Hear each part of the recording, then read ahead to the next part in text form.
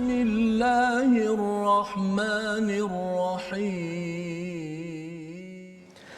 بسم الله الرحمن الرحيم الحمد لله رب العالمين الرحمن الرحيم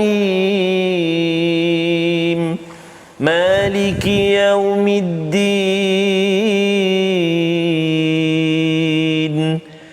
إياك نعبد وإياك نستعين اهدنا الصراط المستقيم صراط الذين أنعمت عليهم غير المغضوب عليهم ولا الضالين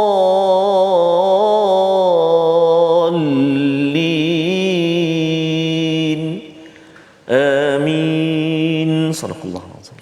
Assalamualaikum warahmatullahi wabarakatuh. Alhamdulillah wassalatu wassalamu ala Rasulillah wa ala alihi wa man wala syada la ilaha illallah syada Muhammadan abduhu wa rasuluh. Allahumma salli ala sayidina Muhammad wa ala alihi wa sahbihi ajma'in. Amma ba'du. Apa khabar tuan-tuan dan puan yang dirahmati Allah sekalian? Kita bertemu dalam My Quran Time baca faham amal pada hari ini untuk kita mengulang kaji 6 halaman yang telah pun kita lalui pada minggu ini. Kita mengucapkan panduan ataupun syukur pada Allah Subhanahu Wa Taala. Kita ingin melihat halaman 347 hingga 352 dengan bintang ilmuwan kita pada hari ini Al-Fadhil Ustaz Dr. Said Syahrizan. Apa khabar Ustaz? Alhamdulillah sihat. Alhamdulillah. Ahlan wa sahlan sekali lagi. Terima kasih Ustaz. Dan juga apa khabar Ustaz Tar? Alhamdulillah Ustaz Fazrul. Allah. Kita gembira bersama dengan Ustaz Said pada hari ini. Al-Fadhil Ustaz Doktor memang tak asing dengan Tiba Al-Hijrah. Alhamdulillah. Beliau ibarat apa sirih pulang ke gagang. Sirih pulang ke ganggang ke gagang. Wallahu alam. Okay, itu kena betulkan tu kalau salah. Sama-sama ya kita mengalu-alukan kehadiran Ustaz Said bersama dengan tuan-tuan dan puan yang berada di rumah untuk sama-sama kita mengulang kaji ya 6 halaman yang telah pun kita lalui dan moga-moga pada ulang kaji ini kita mendapat pencerahan demi pencerahan kerana kita tahu bahawa Al-Quran ini seperti lautan, kita terjun di dalamnya, kita dapat sedikit air ya, kemudian kita naik balik terjun lagi, kita dapat air yang berbeza, titisan yang berbeza yang amat menyejukkan, dan ini yang kita akan lihat bersama pada hari ini. Kita berada pada halaman 347 dan kita ingin melihat kepada surah Al-Mu'minun di bahagian akhir ini pada ayat yang ke-75 76. Ya, Allah mengingatkan kepada kita orang-orang beriman agar kita terus membina iman menjadi orang yang stabil iman al-mu'minun. Dalam masa yang sama Allah mengingatkan orang-orang yang tidak beriman ada cabaran ya, iaitu Allah menyatakan mereka ini kalau kami kasihani ataupun kami lenyapkan min dur ya, maka mereka akan jadi orang yang amat sombong dalam kesesatan mereka. Tetapi ada perkataan azab pada ayat 76. Sama-sama kita baca dipimpin Ustaz Tarmizi Abdul Rahman ayat 75-76 untuk kita mendengar pencerahan daripada Fadil Ustaz Dr. Said. Apa beza di antara dur dan juga azab? Ya, dua-dua nampak macam bencana ya, ataupun kepayahan. Apa beza dua perkataan ini? Kita baca dahulu ayat 75-76. Terima kasih Fadil Ustaz Fazrul. Bismillahirrahmanirrahim. Assalamualaikum warahmatullahi wabarakatuh. Alhamdulillah wassalatu wassalamu ala Rasulillah wa ala alihi wa sahbihi wa man walah wa ba'da. Yang saya muliakan tetamu kita, minta ilmuwan kita pada hari ini yang bahagia Al-Fadhil Ustaz Dr. Said Syahrizan yang bersama pada hari ini. Terima kasih Al-Fadhil Doktor kerana singgah seketika ke teratak kita. Teratak. Lama juga kita menunggu hari ini. Rasa bergembira Allahuakbar. Di sisi diapit oleh dua insan yang hebat. Masya-Allah, masya-Allah. Dan juga tuan-tuan dan puan-puan sahabat Al-Quran, ibu ayah yang dikasihi dan dirahmati Allah Subhanahu Wa Taala, apa khabar semuanya? Barangkali hari ini hari cuti, ada yang sekarang dah mula kenduri tapi kena ingat dan kena hati-hati supaya senantiasa mengikuti SOP yang telah ditetapkan demi kita nak menjaga sedikit kebebasan yang yang telah kita miliki sekarang ini untuk berterusan. Betul ya? Betul. Terus mudah-mudahan insya-Allah Jadi insya-Allah kita nak baca dua ayat untuk permulaan ini, halaman yang ke-347. Kita baca sama-sama, jom, ayat yang ke-75 dan ayat yang ke-76 surah Al-Mu'minun. A'udzubillahi minasyaitonirrajim. Bismillahirrahmanirrahim. Walau rahimnahum wa kashafna ma bihim min dhurrin lalajju fi tughyanihim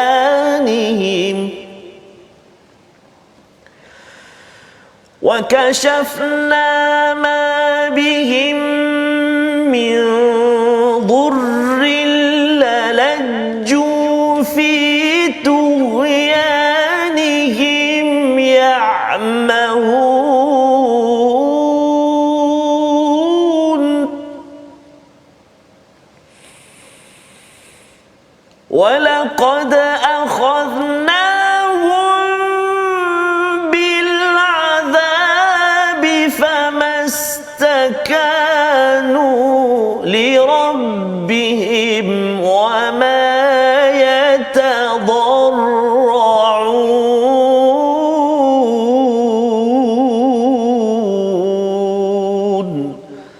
صدق الله العظيم.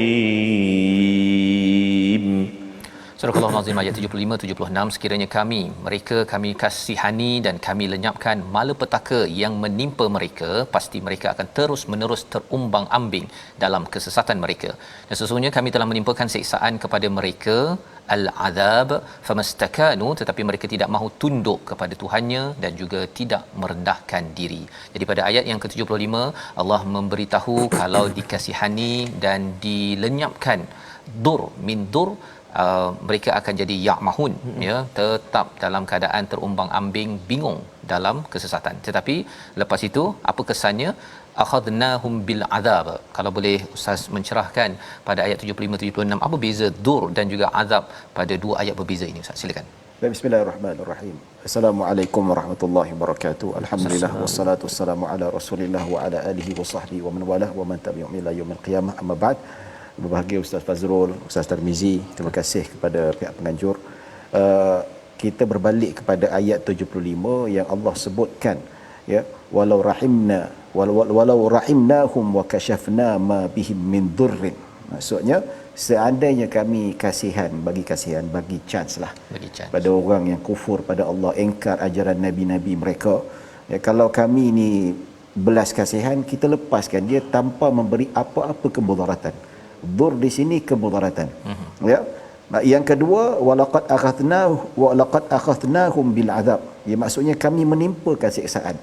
Apa beza dhur yang bermaksud mudarat dan azab siksaan? Di sini ulama kata dhur ini ataupun mudarat iaitu lawan kepada manfaat. Dia termasuklah siksaan. Ya, bila kita lapar terseksa rasanya. Bila kena buang kerja tak ada gaji pun siksaan juga. Sakit tak boleh berjalan, sakit ke kerana COVID-19 terseksa rasanya. Dia pun sebahagian daripada azab. Azab sudah tentu dia pun satu benda siksaan, kesakitan dan macam-macam bentuk yang kalau kita detailkan lebih mendalam. Namun ada bezanya, azab ni dia adalah hukuman bagi orang yang jahat. Yang engkar perintah Allah, yang engkar perintah ajaran nabi-nabinya, maka diazab oleh Allah Subhanahu Wa Taala sama ada dekat dunia ataupun dekat akhirat. Ya, manakala dhur ni dia tak semestinya dia adalah balasan ataupun hukuman. Dia dhur tu boleh jadi musibah ataupun ujian. Musibah contohnya Allah nak meningkatkan keimanan seseorang, maka Allah turunkan kemudaratan dalam bentuk musibah untuk cek kesabaran dia macam mana, nak tengok ketinggian iman dia macam mana, nak tahu sejauh mana dia bersabar. Ya, jadi kemudaratan Allah bagi kepada orang beriman nak meningkatkan lagi keimanannya dan meningkatkan lagi martabatnya. Persoalannya kenapa? Ya, kalau dhur itu tak semestinya bermakna sebagai hukuman, kenapa Allah tak gunakan azab pada ayat 75? Di sini dia ada kaitan, ya, ada kaitan dalam kaedah dia kata khusus dzambi wa umumul azab. Sebab tu dalam istilah kata kalau kita duduk satu kampung ramai ahli maksiat, kita kena keluarlah. Bila azab turun, dia tak kira orang soleh pun kena juga. Jadi di sini menunjukkan bahawa ada di kalangan umat nabi-nabi terdahulu, kaum terdahulu yang mana Allah turunkan azab. Yang turunkan azab tu tak kira siapa saja, hatta orang baik sekalipun. Sebagai contoh dalam satu hadis yang mana disebutkan dalam Sahih Bukhari dan Muslim, Nabi cerita bagaimana tentera Abrahah yang ditenggelamkan. Dia dicampak api dengan burung ababil, lepas tu ditenggelamkan. Semua sekali ditenggelamkan. Yang ikut rombongan Abrahah tu bukan tentera Abrahah yang nak runtuhkan Kaabah, peniaga pedagang dagang pun tumpang sekaki juga. Sebab zaman dulu Ustaz kalau pergi mengembara ni lanun banyak. Dia macam laut juga. So kalau jalan dengan tentera selamat. So pedagang kata, pergi Mekah ni aku nak berniaga ni, jalan dengan tentera ni tak ada siapa, lanun berani nak kacau aku. Ya. Jadi bila sampai satu tempat, yukhsafu bi awwalihim wa akhirihim, termasuk semua sekali pedagang-pedagang pun kena tenggelam, kena telat. Maka timbul persoalan Sayyidah Aisyah, kaifa yukhsafu bi awwalihim wa akhirihim wa fihim aswaquhum, wahai Rasulullah, bagaimana boleh ditenggelamkan semua sekali, hatta pedagang-pedagang yang tak bersalah, yang baik tu. Ya, Nabi kata yub'atsuna ala niyyatihim. Maksudnya walaupun mereka itu ditenggelamkan, dihukum sama sekali terkena dengan tentera Abrahah, tetapi dekat akhirat mereka tidak akan dihukum. Mereka pergi atas niat mereka itu sendiri.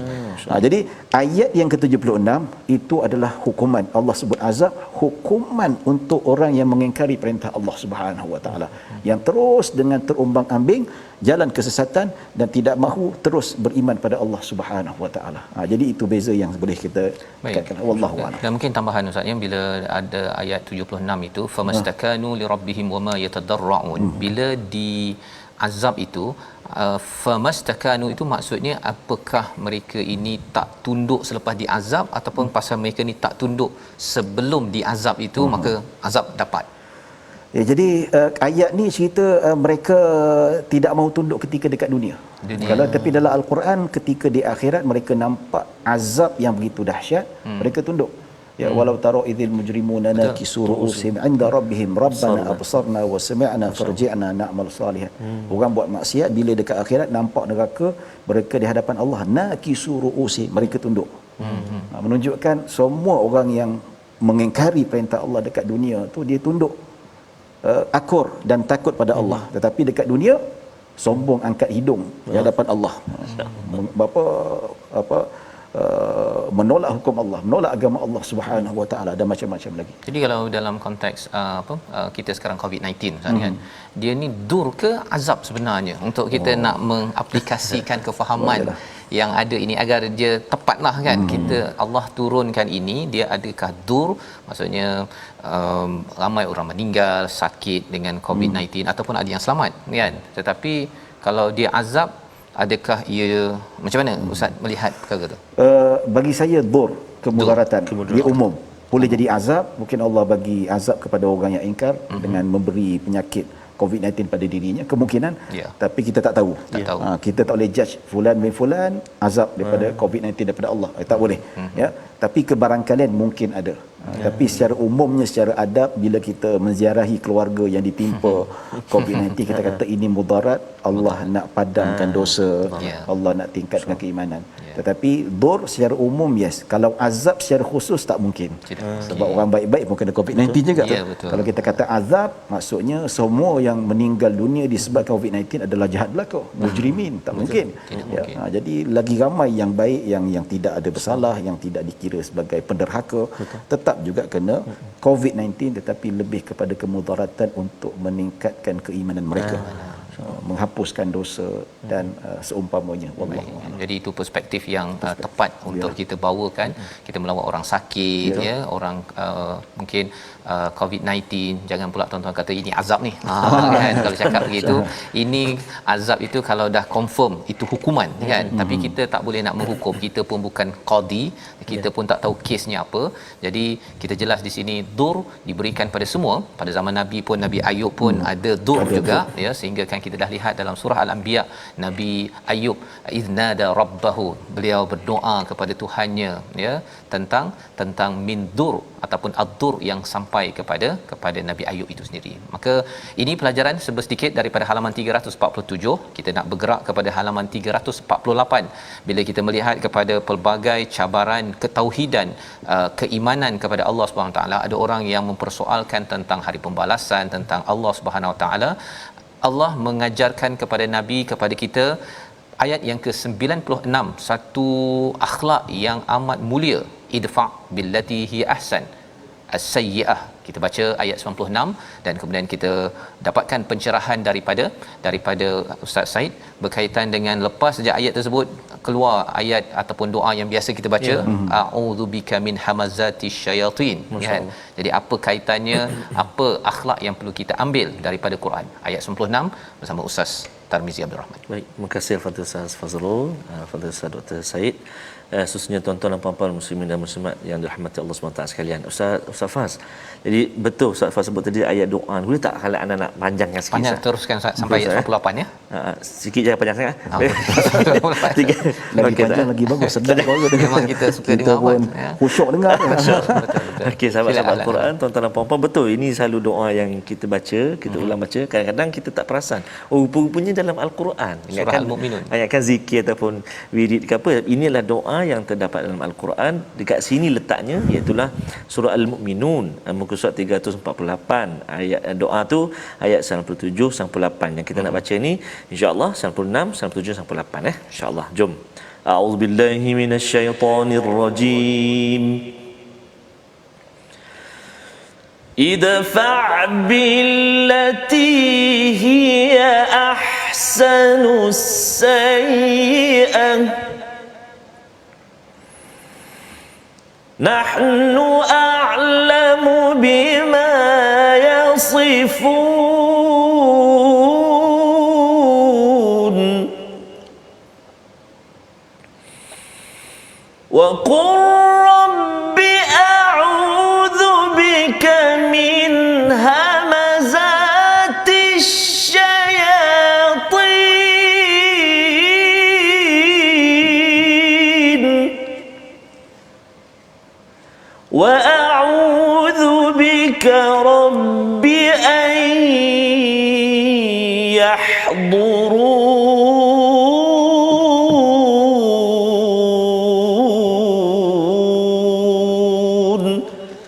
Sadaqallahul azim. Surah Al-Azim ayat 96. Tolaklah perbuatan buruk mereka dengan cara yang lebih baik. Kami lebih mengetahui apa yang mereka sifatkan kepada Allah Subhanahu Wa Taala. Dan katakanlah, ya Tuhanku, aku berlindung kepadamu daripada bisikan-bisikan syaitan, dan aku berlindung pula kepadamu, ya Tuhanku, agar mereka tidak mendekatiku. Inilah ya tiga ayat yang saya baca sebentar tadi. Ayat 97 98 itu doa yang biasa diajarkan, ya mungkin tuan-tuan pernah dengar ataupun pertama kali. Mari sama-sama kita lihat apakah kepentingan, apakah akhlak idfa' billati hi ahsanus sayyi'ah. Silakan Ustaz. Insya-Allah. Baik, di sini disebutkan dalam Al-Quran ayat 96, maksudnya ketika menghadapi kejahatan musuh-musuh kita, musuh-musuh yang menentang agama Allah, yang mana Allah perintahkan kepada Nabi Muhammad sallallahu alaihi wasallam apabila mereka mendapat layanan buruk, kehinaan, seksaan dan sebagainya, maka Allah perintahkan Nabi supaya tolak dengan cara baik, bukan dengan cara yang agresif. Jadi ayat ini ulama berselisih pendapat.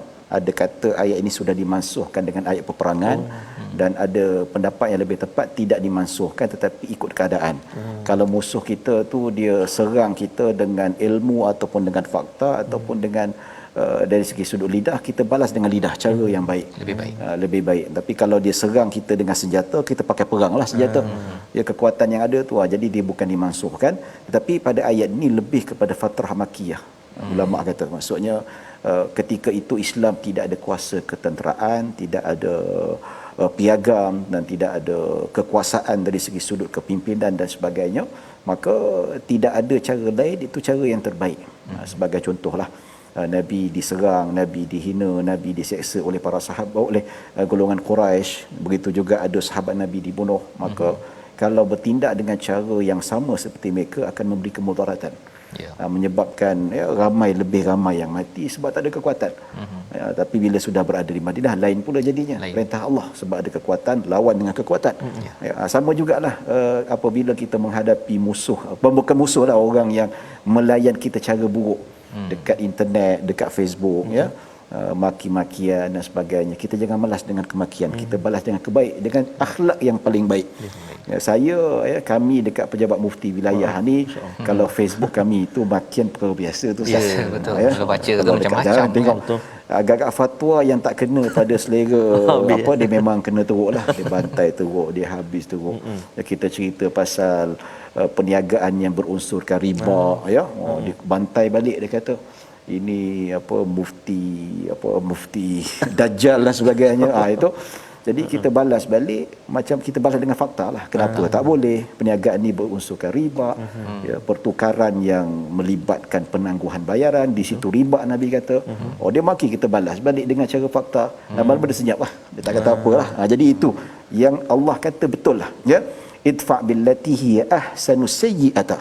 Keburukan tu kita balas dengan baik. Dia balas dengan makian, kita balas dengan kata orang dengan ilmiah. Dia tak nak kalah juga, kita biar waqalu salamah. Assalamualaikum, kami tarik diri, tak nak lebih teruk dan lebih berkrisis dalam hal ni. Jadi tuan-tuan, kita yang lain tu kita serahkan kepada Allah Subhanahu Wa Taala. Manakala kaitan pula dengan ayat 97, wa qur rabbi a'udzu bika min hamazati syayatin. Ya Allah, dan Tuhan, ya Tuhanku, aku berlindung kepada Engkau dari bisikan-bisikan syaitan. Sebab apa tuan-tuan? Sebab kejahatan manusia pun adalah bisikan syaitan. Dan manusia itu sendiri pun dikategori pun syaitan juga. Seperti mana firman Allah dalam surah Al-An'am, firman Allah, wa kadzalika ja'alna likulli nabiyyin aduwan syayatinal insi wal jin.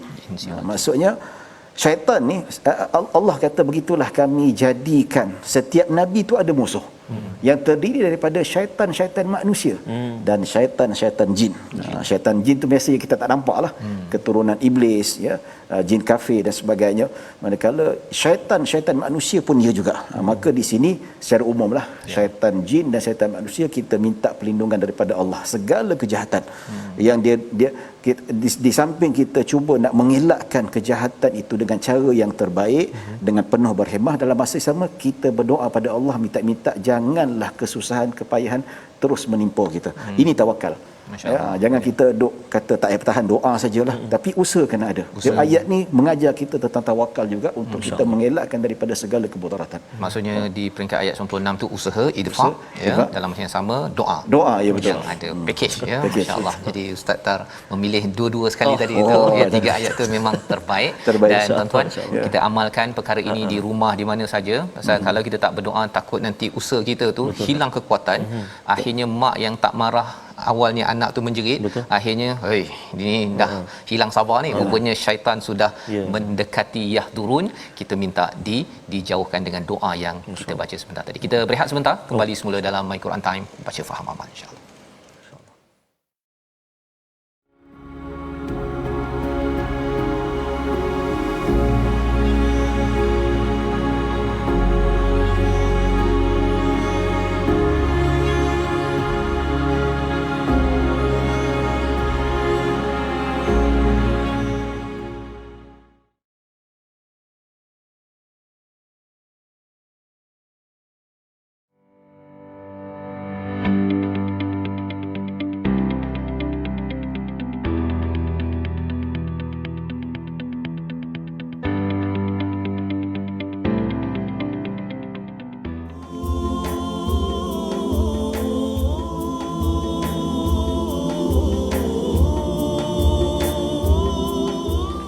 أعوذ بالله من الشيطان الرجيم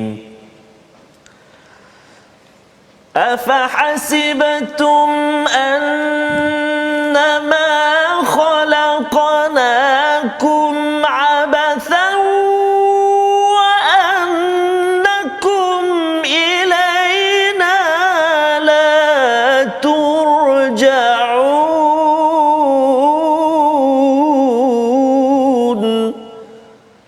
Sadaqallahul Azim.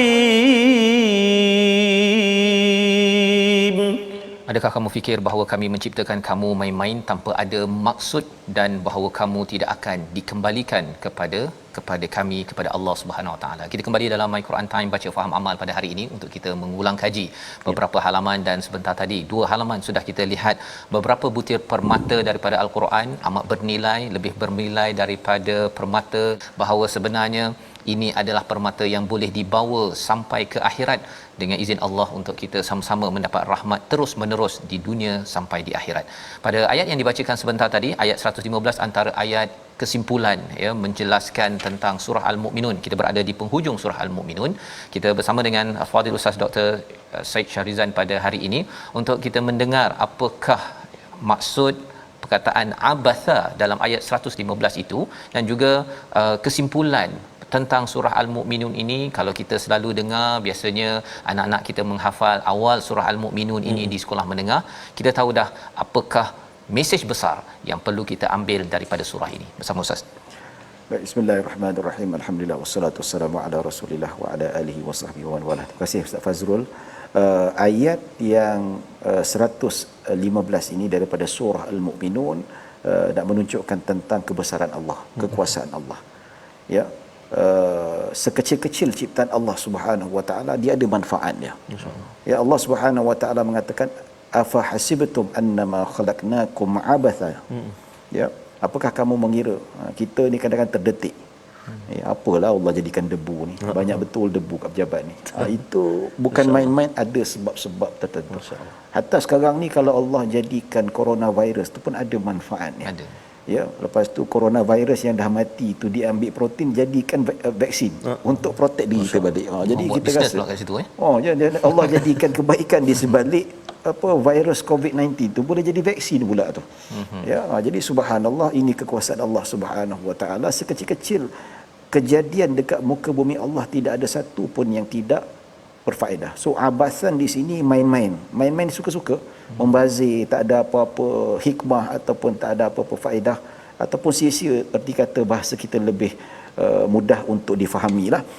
Ya, dan begitu juga saya ada jumpa seorang pakar forensik lah, dia doktor. Dia kata, ustaz tahu tak, lalat ni Allah jadikan umur dia pendek, tak sampai 4 minggu, paling lama pun 4 minggu lah, 4 minggu lebih kurang dalam 28 hari macam tu. Ya, tapi lalat ni walaupun dia pendek, kalau dalam seni ataupun ilmu forensik ni, kalau kita jumpa mayat dan kalau kita nak tahu umur mayat tu berapa lama dah berada kat situ, daripada time dia mati dan sekarang ni berapa lama, kita boleh ambil daripada sampel lalat tu sendiri. Lalat maksudnya kita pun tak terfikir. Jadi dia ambil lalat tu, dia kira, dia buat macam mana kita tak tahulah kan. Maksudnya kita serah pada pakar. Lalat yang hinggap dekat lalat kat hinggap tu dia boleh tahu, dia boleh dapat tahu macam mana. Kita tak tahulah cara macam mana kan, kita tanya orang forensik lah, wallahu alam, itu yang dia beritahu pada saya. Jadi kita nampak benda ni sangat, apa kata orang tu, sangat bermanfaat. Hatta kita pun secara fitrahnya kalau nak buat sesuatu tak nak sia-sia. Dalam Al-Quran Allah Subhanahu Wa Taala berfirman, atabnuna bikulli ri'in ayatan ta'bathun. Allah bercakap kepada kaum 'Ad, mereka yang bina tamadun yang hebat ketika zaman dulu. Ya, gunung tu bukan apa, gunung diukir jadi bangunan yang cantik. Ya, Petra Ustaz kalau pergi Jordan tu cantik, subhanallah. Ya, gunung tu dia boleh, Allah nak kita zaman dulu kita nak tarah gunung tu pakai bulldozer tu, pakai besi yang sangat kuat. Tapi zaman dulu teknologi taklah macam tu. Kita nak kira betapa hebatnya Allah jadikan kaum terdahulu, kuatnya kaum terdahulu, dan betapa kreatifnya mereka. Mereka boleh bina bangunan yang cantik-cantik, mereka ukir daripada bentuk gunung tu sendiri jadi bangunan yang sangat cantik. Allah kata atabnuna bikulli ri'in ayatan ta'bathun. Adakah kamu mencipta ataupun kamu membina bangunan sebagai petanda dekat tempat tinggi, petanda untuk orang lalu lah, musafir tahu ni tanda-tanda sebagainya. Adakah itu sebagai satu benda yang sia-sia? Hatta letak tanda yang kecil sekalipun, letak menara kecil sekalipun, adakah sekadar untuk berhias? Tidak, tapi ada manfaat. Maksudnya ada Allah fungsi, nak cerita kan, ada fungsi ya. Jadi kita ni manusia tak suka nak buat benda yang manfaat. Kita pun kalau nampak anak kita membazir kertas, membazir pensel kara dan sebagainya, kita marah. Dia kata sia-sia, patut lukis benda yang cantik boleh dimanfaatkan pergi sekolah, tak payah nak pergi lagi kedai buku beli benda-benda macam ni. Ya, kita kalau kerja sebagai majikan, sebagai staff, majikan marah kalau duit dihabiskan begitu. Projek tak jadi, ya duit tak masuk. Itu fitrah manusia. Maka kalau kita kata Allah Subhanahu Wa Taala nak menjadikan alam ini, Allah nak jadikan setiap perkiraan ataupun peraturan dunia ini sia-sia, tak masuk akal. Apatah lagi Allah turunkan nabi sebagai penyampai risalah Allah Subhanahu Wa Taala, bukan satu yang sia-sia. Ia satu benda yang sangat besar yang perlu diamati dan perlu diambil kira untuk kita berenung kebesaran Allah Subhanahu Wa Taala. Insya-Allah itu adalah mesej besar ya dalam surah Al-Mu'minun. Jadi maksudnya kita tak dicipta sia-sia Ustaz ya. Kita sebenarnya ada tugas dan kita dikembalikan untuk membina iman Al-Mu'minun lah ya. Itu sebenarnya yang tujuan kita diciptakan ini, agar percaya buat perkara yang bermanfaat, bukan sia-sia lah ya. Pergi kedai RM2 walaupun RM2 ya. Tapi kalau tengok pensel tu dibazir kan, rasanya lepas tu tak pergi lagi dah. Kan, tak dapat lagi pergi kedai RM2 tersebut. Apatah lagi kalau Allah dah bagi macam-macam kepada kita di dunia ini, kalau tak dibuat elok-elok itu, tak dapat lagi lah pergi kedai, bukan kedai RM2, pergi ke syurga Allah untuk dapatkan rahmat yang Allah dah beri kepada kita di dunia ini. Jadi ini adalah penghujung surah Al-Mu'minun. Untuk kita jelas, setiap kali anak kita imam baca qad aflahal mu'minun, itu adalah antara tujuan seorang hamba sentiasa ingin mengabdikan diri beriman kepada Allah Subhanahu Wa Taala. Berpindah kita kepada surah baru, surah 24, surah Madaniyah yang amat tegas bunyinya ya, bermula dengan ayat nombor 1, 2, 3 itu. Kita nak melihat kepada ayat nombor 3 ya. Salah satu pertanyaan orang lah Ustaz ya, mungkin di pejabat mufti pun banyak orang tanya ya, bercakap tentang kalau saya ni dulu tak berapa baik kan, saya ni boleh ke jumpa orang baik, saya ni dah rasa nak berubah kan. Pasal terbaca ayat nombor 3. Mari sama-sama kita baca ayat nombor 3 ini sekali lagi untuk kita dapat penjelasan lebih tentang apakah isinya. Silakan Ustaz Tarmizi. Terima kasih Fadil Ustaz Fazrul, Fadil Ustaz Dr. Said Syahrizan. Tuan-tuan dan puan-puan ibu ayah, sahabat-sahabat Al-Quran yang dikasihi Allah Subhanahu Wa Taala sekalian, mari kita melihat ayat yang ketiga. Kita baca sama-sama di halaman yang ke-350. A'udzubillahi minasyaitonirrajim. الزاني لا ينكح إلا زانية أو مشركة إلا زانية أو مشركة والزانية لا ينكحها إلا زان أو مشرك وحرم ذلك على المؤمنين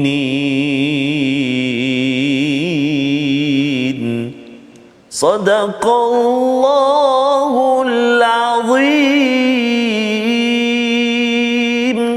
Surah Al-Azim, ayat yang ketiga daripada surah yang ke-24, surah Madaniyah, surah An-Nur. Penzina lelaki tidak boleh menikahi ya, tidak menikahi kecuali dengan penzina perempuan atau dengan perempuan musyrik, dan penzina perempuan tidak boleh bernikah kecuali dengan penzina lelaki atau dengan lelaki musyrik, dan ini bukan itu diharamkan bagi orang-orang yang beriman, al-mu'minun ataupun al-mu'minin yang telah pun kita baca surahnya pada surah nombor 23. Kita perlukan penjelasan daripada Al-Fadhil Ustaz ya. Pastinya surah Madaniyah, surah An-Nur ini rentaknya berbeza sedikit, penuh dengan hukum hakam berbanding dengan surah Al-Mu'minun ini banyak berkaitan dengan akhlak, tentang ketauhidan.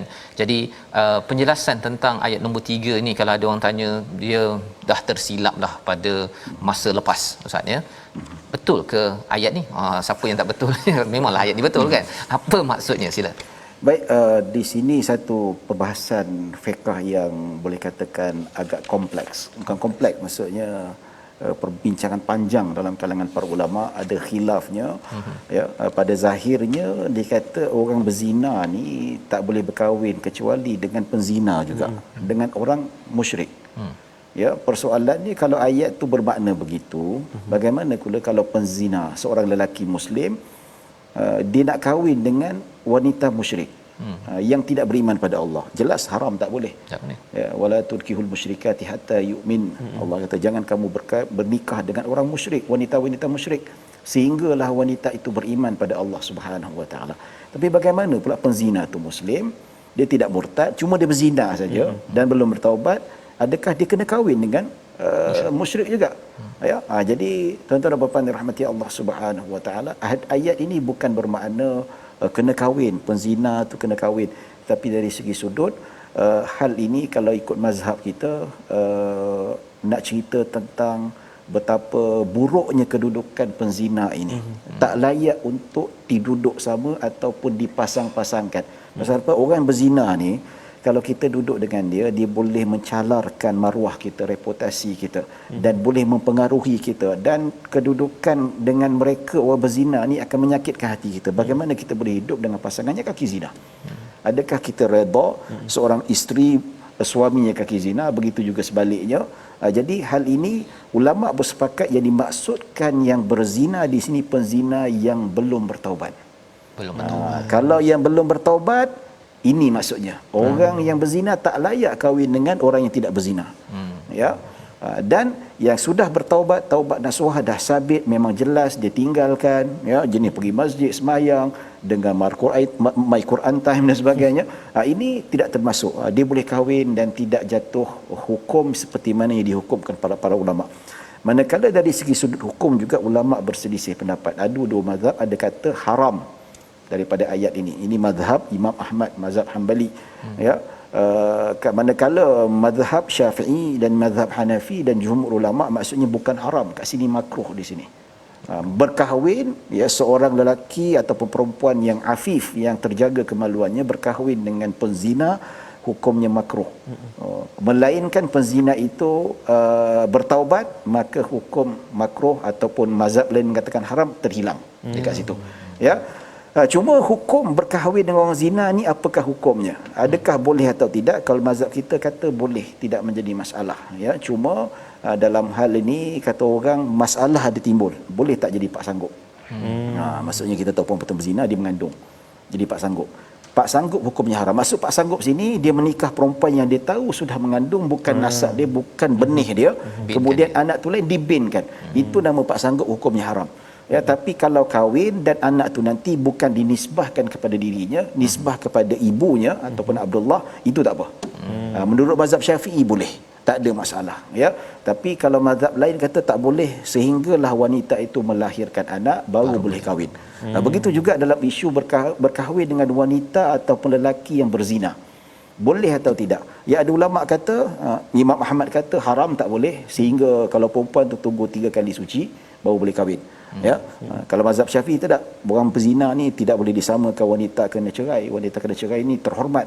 Manakala berzina ni tidak terhormat. Jadi tak boleh diedahkan dan sebagainya. Imam Syafi'i kata boleh berkahwin dengan wanita zina, tetapi dalam erti kata lebih baik kita tunggu dalam keadaan dia betul-betul sudah diyakini dia tidak menghamilkan anak-anak dengan lelaki yang pernah dizina sebelum ini. Itu dari segi sudut hukum, ya. Baik. Disebutkan wa hurrima zalika 'alal mu'minin. Sini pun khilaf. Ada ulama diambil secara zahir tak boleh berkahwin dengan penzina yang belum bertaubat. Manakala ulama kata hurrima di sini bukan maksud haram secara hakikat, tetapi maksud mubalaghah. Maksudnya jangan didekati, jangan dihidup dengan orang yang kaki zina, dirapat pun tak boleh, satu rumah pun tak boleh, ya, tempias kena keberkatan tak ada, dan macam-macam lagi yang dimaksudkan, ya, boleh dikaitkan dengan ayat inilah maksudnya. Yang boleh dikaitkan keburukan kalau kita berkawan dengan penzina ni yang tidak pernah bertaubat ataupun tidak pernah kembali pada Allah, apatah lagi hidup secara berpasangan. Wallahu a'lam.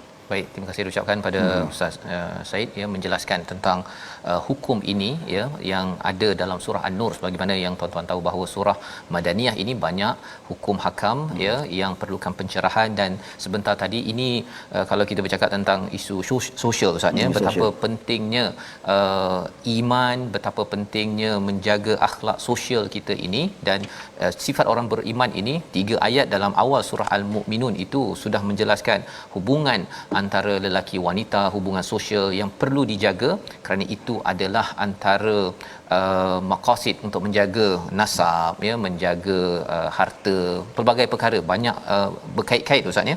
Pasal lepas itu nanti tentang warisnya, nanti bin Abdullah nanti duduk satu rumah tapi tak dapat harta contohnya kan. So banyak isu-isu yang berlaku kesan daripada satu ayat ini, dan ini adalah awal daripada surah An-Nur. Dan kita melihat pada halaman 351 bercakap tentang cabaran sosial ini, ia bukannya berlaku zaman ini tetapi juga berlaku pada zaman Nabi sallallahu alaihi wasallam. Ada satu fitnah yang kita nak belajar, baca daripada ayat yang ke-11, fitnah yang berlaku kepada umatul mukminin, ummul mukminin Sayyidatina Aisyah. Kita baca ayat 11 bersama Ustaz Tarmizi. Baik, terima kasih kepada Ustaz Fazrul, kepada Ustaz Dr. Syed Syahrizan. Yang dirahmati tuan-tuan dan puan-puan muslimin dan muslimat, sahabat-sahabat Al-Quran yang dikasihi Allah Subhanahu taala sekalian, kita baca ayat yang ke-11 di halaman 351. Jom kita baca sama-sama.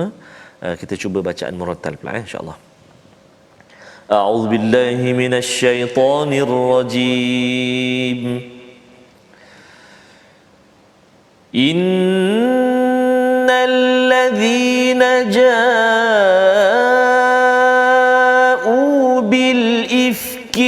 عصبة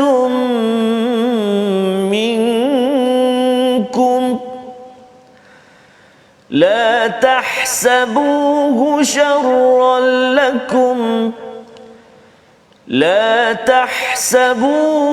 شرا لكم بل هو خير لكم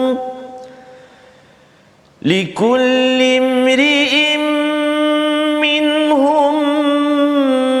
اكتسب من الإثم والذي تولى كبره منهم له عذاب عظيم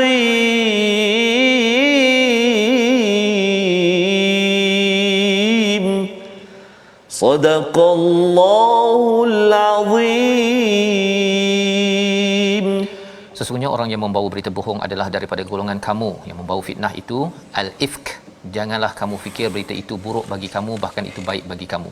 Setiap orang daripada mereka akan mendapat balasan daripada dosa yang dibuatnya, dan barang siapa di antara mereka yang mengambil bahagian terbesar daripada dosa itu, dia mendapat azab yang amat besar, azabun azim.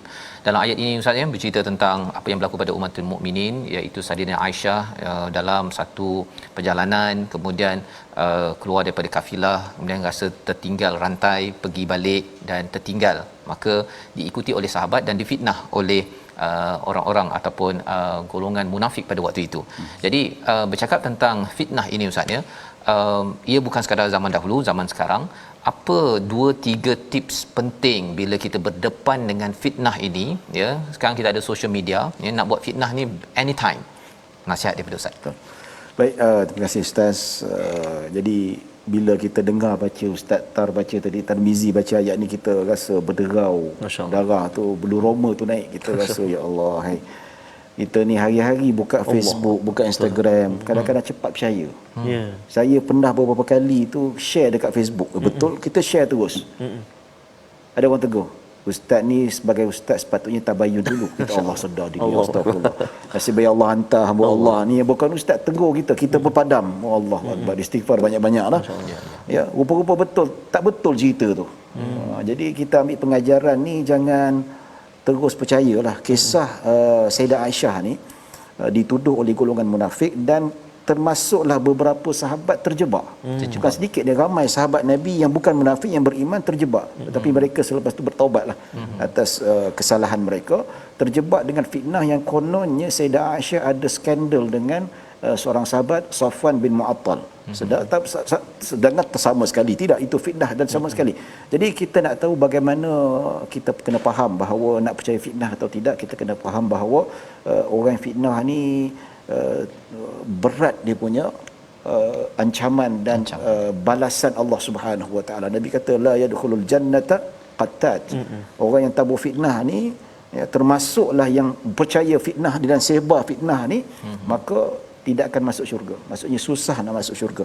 Dan begitu juga cara untuk kita elakkan daripada fitnah seperti ini, nak mempercayai fitnah, kita kena jangan sangka buruk. Jangan cepat sangka buruk, kita kena lihat betul-betul inja'akum fasiqum binaba'in fatabayyanu. Wahai orang beriman, kalau datang orang fasik membawa berita, maka hendaklah kita tabayyun. Nak kita tak kenal siapa orang ni. Ya, kalau kita kenal memang orang tu tak pernah menipu, kita boleh percayalah. Tapi tak kenal.